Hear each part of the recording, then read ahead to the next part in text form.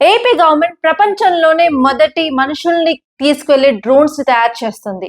ఇది AP health care లో ఒక రెవల్యూషన్. ఆంధ్రప్రదేశ్ గవర్నమెంట్ చెన్నైలోని అన్నా university doctor Abdul Kalam advanced UAV research centre తో భాగస్వామ్యం చేసింది. ఈ పార్ట్నర్షిప్ తో ప్రపంచంలోనే మొదటి లాంగ్ రేంజ్ మనుషుల్ని తీసుకెళ్లే డ్రోన్ అంబులెన్స్ ని తయారు చేస్తుంది. ఈ డ్రోన్ యొక్క స్పెషల్ ఫీచర్స్ ఏంటంటే 150 kgs వరకు తీసుకెళ్లగలదు అండ్ 90 minutes వరకు ఎగరగలదు.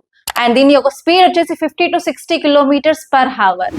అంటే నియర్ బై 50 kilometers వరకు మనం చేరగలుగుతాం. ఇప్పుడు ఈ డ్రోన్ అంబులెన్స్ తీసుకోవడానికి మేజర్ రీజన్స్ ఏంటంటే రిమోట్ ఏరియాస్ లో, ట్రైబల్ ఏరియాస్ లో ఎమర్జెన్సీ మెడికల్ హెల్ప్ అందించడం. మొదటి ప్రోటోటైప్ వచ్చేసి మే 2026 లో ఎగురుతుంది. దీని వల్ల మేజర్ ఇంపాక్ట్స్ ఏంటంటే ఏపీలో ఎమర్జెన్సీ మరణాలు తగ్గుతాయి.